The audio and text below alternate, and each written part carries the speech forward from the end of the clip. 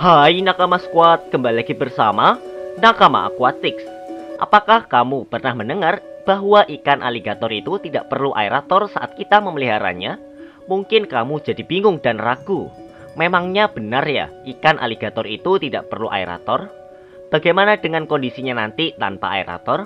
Dan apa yang terjadi dengan kebersihan airnya ketika tanpa aerator? Pertanyaan-pertanyaan tersebut bakal selalu terngiang-ngiang di kepalamu, apalagi jika kamu adalah seorang pemula yang baru akan memelihara ikan aligator, sebut saja spatula gar contohnya. Pertanyaan-pertanyaan tadi tentu penting karena akan mempengaruhi caramu memelihara ikan aligator tersebut. Lantas apakah benar ikan aligator bisa dipelihara tanpa aerator? Kamu penasaran? Tonton video ini sampai habis ya. Ada begitu banyak sekali pilihan ikan hias yang bisa dipelihara, mulai dari ikan cupang, arowana, dan ikan-ikan hias lainnya. Ikan-ikan tersebut sangat mudah kita jumpai di pasar ikan hias. Namun ada salah satu yang cukup banyak digemari. Ikan tersebut adalah ikan aligator. Bentuknya yang merupakan gabungan antara buaya dan ikan, jadi salah satu daya tarik tersendiri buat masyarakat pecinta ikan, khususnya predator. Tapi ternyata tidak hanya itu, cara memakannya yang unik dan rakus pun sangat digemari oleh penghobi seperti kita. Selain soal karakter, faktor harganya yang cukup murah dan merakyat juga jadi salah satu pertimbangan ketika akan membeli ikan ini. Mungkin bisa saja ada jenis ikan aligator yang harganya agak mahal, tapi ada pula jenis ikan aligator dengan harga bandrol yang cukup terjangkau. Sebut katakanlah sekitar 20 sampai 50 ribuan saja.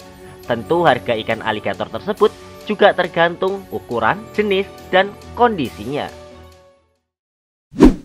Seperti yang sudah disinggung sebelumnya, bahwa apakah aerator itu berpengaruh kepada ikan aligator? Sebelum berbicara lebih lanjut, kamu perlu tahu lebih dulu apa itu aerator dan fungsinya. Mudahnya, aerator itu adalah alat yang digunakan untuk menciptakan gelembung-gelembung udara di dalam air. Dengan menciptakan gelembung udara di dalam air tersebut, harapannya bisa memberi suplai oksigen. Alat aerator ini biasanya berbentuk mesin kecil dengan bentuk kubus panjang atau bahkan kadang agak membulat. Pada bagian ujung, biasanya bakal ada celah untuk dimasuki oleh selang sebagai tempat keluar gelembung udara tadi. Aerator ini punya banyak variasi, merek, dan harga. Untuk merek, kamu bisa menemui aerator milik Resen dan Amara. Kedua merek itulah yang sering dijumpai di pasar ikan hias. Mengenai harganya, biasanya berkisar antara 20 sampai 50 ribuan, tergantung merek dan kapasitasnya juga.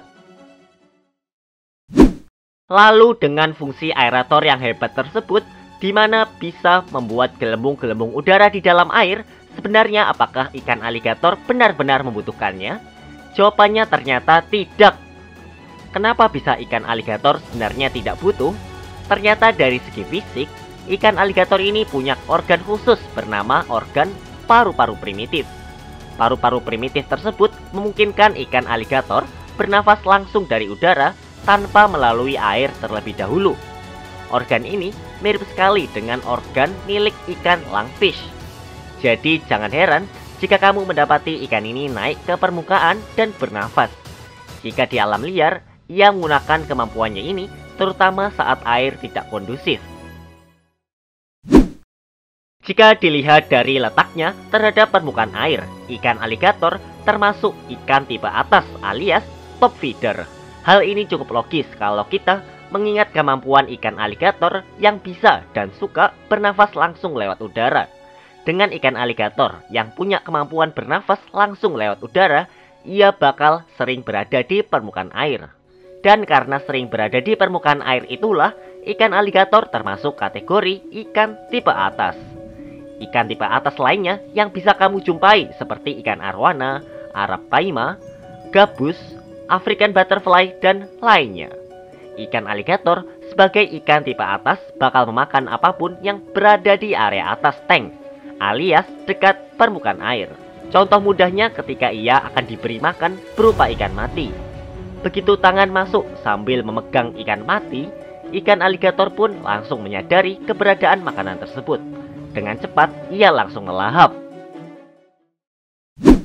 Seperti yang sudah disinggung sebelumnya, kemampuannya menghirup udara secara langsung untuk mendapatkan oksigen sangat mempengaruhi dalam hal habitat. Terbukti ikan aligator bisa bertahan di tempat dengan perairan yang sangat minim oksigen. Biasanya mereka ditemukan di daerah pedalaman dan rawa-rawa dataran rendah. Jadi intinya, ikan aligator ini ditemukan di air tawar dan air payau. Mereka jarang memasuki air laut.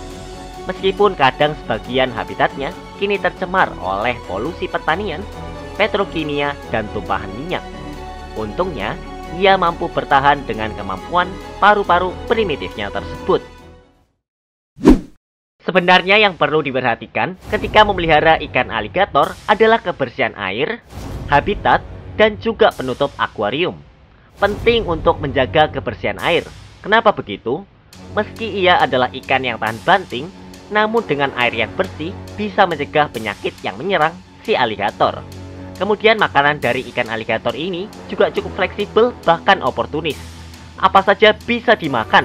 Ikan aligator bisa diberi makanan mulai dari ikan kecil, udang, cacing, jangkrik, ulat hongkong, dan lainnya.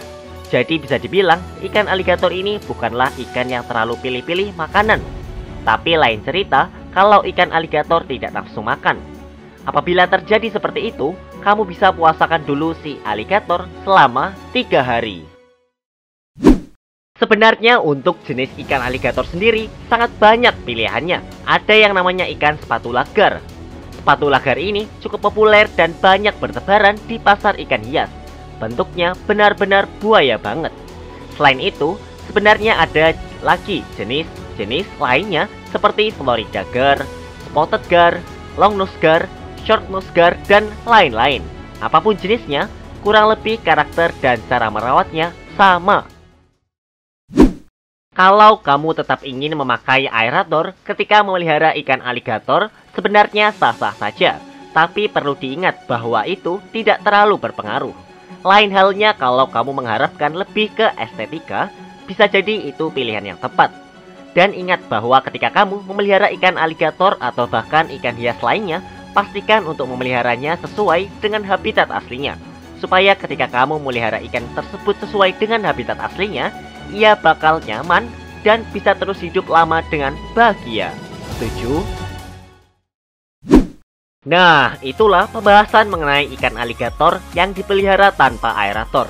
Oh ya, kalau kamu ingin request ikan atau kura-kura apa yang akan dibahas di video selanjutnya, silahkan tulis di kolom komentar. Dan jangan lupa juga untuk subscribe channel ini dan like video ini, serta nyalakan juga notifikasinya ya. Oke Nakama Squad, sampai jumpa di video selanjutnya ya. Dah.